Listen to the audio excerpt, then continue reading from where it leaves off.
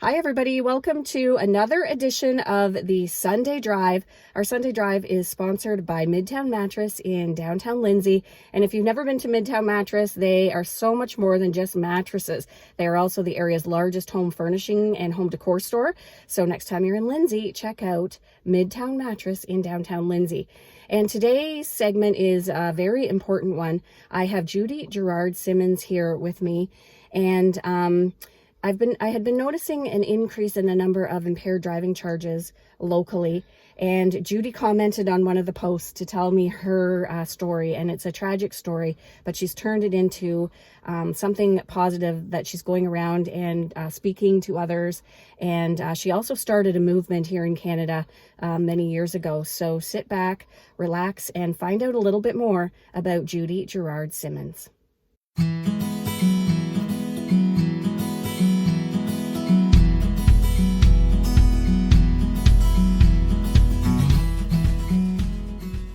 Okay, welcome back, everybody. Today, our Sunday Drive segment, we have Judy Gerrard Simmons with us, and she lives in Bobcaygeon. And as I said before, I had been posting a story or stories, many of them, on impaired driving, and I'd noticed an increase, or what I thought was an increase in instances of charges of impaired driving locally. And Judy commented on one of them. And I think your comment was that you lost your husband, your only child, and two friends. Yes. To an impaired driver. Yes. Wow. So tell me what happened. My daughter, Sherry Lynn, was 15 years at the time, 15 years old, and she was a competitive swimmer with the Markham Aquatic Club. And she had been chosen to swim out at the Pickering. Actually, they had all just gotten back from Florida, training in Florida. Oh, wow. So she really was a competitive swimmer. Yeah, she was. And so they got to swim out in Pickering that weekend, the whole weekend. And on the Friday, she swam all day, won some medals. Saturday, she swam all day and won a gold medal. Wow. So that certainly put her back on Saturday night. And we went back Saturday night, and she was finished at, about 20 to 9, quarter to 9, and again won a gold medal. And my husband was what you call a chief timer. So he was cleaning up all the clocks and doing whatever he had to do. So we were running a bit late, and we were going to bring two other children with us. And but they went home early. They decided to go home. They weren't going to wait, which was wonderful. Faithful. Yeah. So we came out, and we were coming along Brock Road, and we made a left-hand turn onto Finch. And just as we got along Finch, we're just driving along, and my husband's going straight, and I just, put my hand there and was looking at him. And all of a sudden, I saw a tractor trailer. And I was looking at the guy straight in the eyes. We were just looking at each other. And that was the last I remember. I knew he wasn't going to stop. And that's the last I know about. And so I can remember one thing, them saying, we don't have enough space at the hospital. We don't have enough space. And so we went to the hospital, and I was in and out all night. And finally, about 10 after 1, I came to, and came around, I should say. And a doctor came in, and he introduced himself as a coroner. And he said, I want to tell you that your daughter, Sherry Lynn, died at the scene of the crash. And your husband, Tom, has just died. We've done everything we could to save him, but we couldn't. And, you don't believe any of that. You don't comprehend it. It's like, you just... One minute you're driving down the road, and the next minute you wake up. It's just beyond your, And so I guess it was in time, not too long after, that they come in and said, would you like to go down and see Tom and Sherry Lynn? And I can remember them taking me down in a wheelchair and me going in but before I went in the room, I'm going, see, I knew they made a mistake. I'm going to see them. Right. See, that there was just... your mind is playing... I was dreaming, something stupid. And I go in, and I just took one look at them both, and I knew it wasn't a mistake. Yeah, I knew it wasn't no mistake. So, And that was in 1986. 1986, yeah, January the 18th, 1986. There was nothing wrong with the roads. It was just a normal night, probably a night like what today would be. And all these years later, how has that affected you? Like, you still... I still have trouble. I'm not here for sympathy at all. I'm not here for that at all. This is about getting the impaired drivers off our roads. And it turned out that driver was impaired, right? Oh, he was impaired. He continued at the crash to say he was driving the front of a tractor trailer, not the back end, and continued to say at the crash that he had the red light. There was no red light. It was a stop sign 3 times the normal size. So, yeah, so that was the beginning of my nightmare. Yeah. My nightmare back then. And, I was lucky because I had a lot of support, a lot of friends, and in the hospital, they started planning to bury my husband and daughter. But they told me I couldn't go because of my own injuries. I had whiplash, I had 8 fractured ribs, I had 3rd-degree burns down my left leg. And they didn't realize it at the time, but my one knee had been crushed. And that's caused me a lot of problems now in this age, Mm-hmm. But, it just, I couldn't, they said I couldn't go to the funeral. And I said, I will go to the funeral. So I just told my brother, you come and get me. I don't care what they say.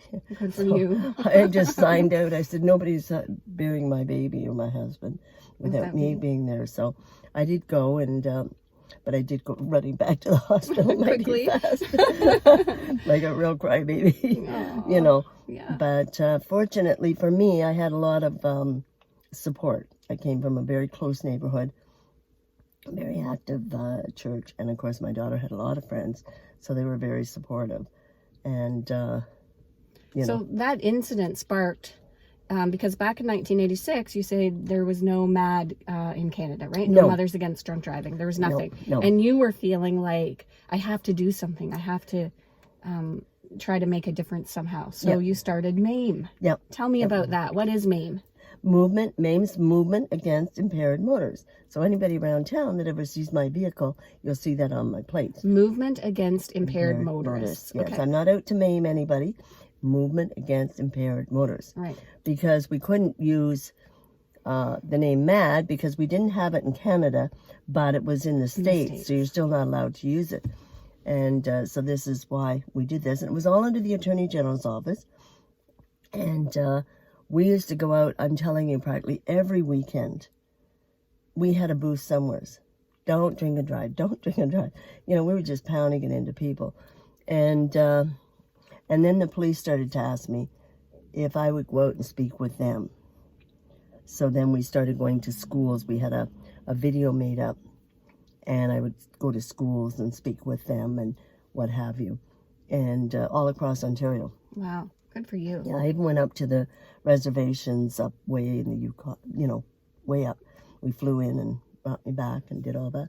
And then John Bates, don't know if anybody knows him, but he came to me and he said, Judy, we can get MAD into Canada if we have X number of people that will help us. Will you help me? So I said, absolutely, because I think MAD would be more powerful rather than all these little small groups. Mm-hmm. So that's what we did. So you were one of the founding members of MAD Canada, you and John. Yeah, John Bates was the main founder, and we were one of his supporters. And so that is how MAD became in Canada, and we used to do it right from our kitchen table, phone calls. I mean, I would be helping victims. I would be hiding in my closet so I could hear what they were saying, because usually they're so desperate, they're crying, they're, until I can get to them. Right. And I would travel everywhere just to go and meet with my victims and see. And I sadly, as sad as it is today, I have a lot of friends who came out of that bad experience, and we are best of friends today because they were victims, and we stayed, and we stayed as best of friends. Wow. And but it was very difficult. It's a very difficult thing, and that's why I'm here, because people I don't think are understanding the consequences of what impaired driving. And people I know are big argument the other day, or discussion, I shouldn't say argument. Not ours, but online. Online, was about why should bars or anybody else Be responsible. be responsible. You're the one serving them alcohol. Like, don't pretend that, I mean, every court case, I was Mad Canada's victim advocate for all across Canada. And every court case, I would go to all the court cases, as many as I could with my victims. And we used to sit there. He only had 2 beers. That's all they ever had was 2 beers. Yeah. Right in the court. And, well, it's strange, they have a 0, 10 point, whatever. Yeah. And they've only had 3 2 times beers. the legal limit, but they only had 2 beers. Yeah, exactly. It must be so frustrating for you as a parent who lost a young daughter and who lost her husband to see this kind of thing continue. It is. And especially who you feel sorry for, too, in a lot of the cases, is the officers. They've gone out on their roads. They've done their job. They've tried to get the guy off the road. And it goes right through the courts. That's another problem, walking right straight through the courts. So, and you really want to advocate to make drinking and driving, or impaired driving, because now it's drugs as well, more of a criminal offense, right? Make it murder, which you said it is in the States. And I think you mentioned to me that the person who was convicted of, in your case, got 2 years less a day. Yes. But served. Actually, it was supposed to, 2 years less a day back then was, you would only do 6 months. But he only served 4 months for killing 4 people. Because it was a hot summer and they didn't have space in the jails, and it was just going to make it a mess. Yeah. 4 months for killing 4 people. Yeah, and injuring a 5th. And injuring you. Yeah. Wow. Now, our sentences are better now, but as good as they're getting, people aren't getting the message. But they're still getting off, like getting out earlier, and other people aren't getting the message. That's the fellow that killed my family. The media caught up with me 10 years later and said, "Judy, did you know that this fellow has reoffended? He's in court under a first offense." And of course, I was really upset about it. So I went and got a hold of the judge and the Crown in the case. And I said to him, he killed 4 people, injuring a 5th. Well, under the new law back then, which is now today, is after 10 years, your record is clear. Wow. Really? Yeah. So he could go under the first offense. But I said to the Crown, or the judge, I said, well, then, I'm asking you, get him the full first offense. And I said, another thing I'm asking, which I asked back then, in my case, was give him rehabilitation. Somebody who, goes out and does that must need help with his drinking. And if he's doing it a second time. And he's probably done a lot more than that, just got caught a couple of times. Yeah. So I don't know what it's going to take for people to get the hint or the message that this is ruining people's lives. You have no idea. Like, I come to a Mad Canada candlelight vigil once a year. Come to it and see the people sobbing, and and that's just in one place, downtown Toronto. They're all over the country. Travel around and go to the mall and see how the damage it's done to people. I mean, I know some people that there's lots of things that'll happen when you lose a child. In a lot of cases, there will be a divorce. And I've had one family who lost their daughter. They both died of cancer. And I firmly believe that these kind of things do stress with the body and all that. But let alone that, how do you live with yourself? I have one victim. She doesn't know to this day how her son, she knows he wasn't killed by a drunk driver, but she doesn't know to this day because they wouldn't let her see him. And that's one thing she's always said to me, but they didn't let me see him. They didn't let me see him. And at first I agreed with her. I said, how terrible, because you have to say goodbye. Mm-hmm. But they wouldn't. Well, yeah, no. The fellow was sitting there with her son's head in his knee. Oh, my God. Yeah. Can you live with that? Can people who are drinking and driving live with that? Yeah. So in between all of your advocacy and your starting MAME and MAD and, working out there to get out your message on impaired driving, you also remarried. I did. And I swore, of course, I was under counseling for many years. Yeah. And I would swear to my counselor, I will never remarry. And she said, Judy, you have so much love to give. You will remarry. Oh, no, I won't. And anyways, I worked for Canada Post. I was in revenue protection. And this manager had been brought in from Calgary, actually in 86, but I didn't meet him until 88. And then we became friends, and I said, well, that's all we'll be, is friends. And those are the best kind of husbands. And so anyways, that was the end of that story. We did get married, and it was about, we were married 28 years, going on 29, and we adopted 2 children. So my daughter's 20, going on 24, and my son is going on 23. So there you go. Nice. I wanted children in the house. And actually, in between all that, I started out, I said to my husband, I want children in the house. I guess I missed finishing my job. I hadn't finished what I was supposed to do. And he's, are you kidding? Look at us. I was, I was 47 when I married, so 6 years later, how old am I? And so he said, they'll never let you adopt. And I said, no, but I said, we could always foster. There's, I was adopted and I was a foster child. And I said, there's a lot of good foster families out there. And I said, we could be that good foster family. So he finally went along with it.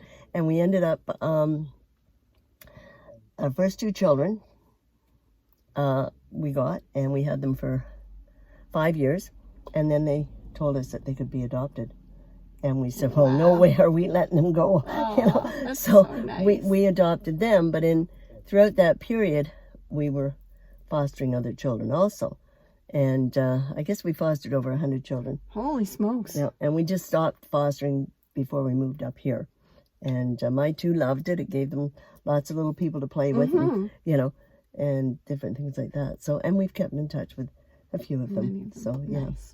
That's a great ending. Thank you so much, You're welcome. Judy, for sharing your story. I really appreciate it, and it is important. And I appreciate the work that you do to try to get the word out, because like we were both saying, I don't think people really sometimes get it until they can put a face to the tragedy that can happen when you drink and drive.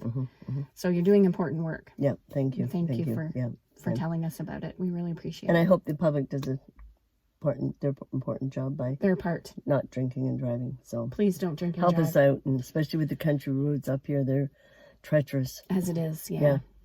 Thank you so much. You're welcome. Thanks very much for watching this edition of the Sunday Drive, and please don't drink and drive. And thank you to our sponsors, Midtown Mattress, for making this possible.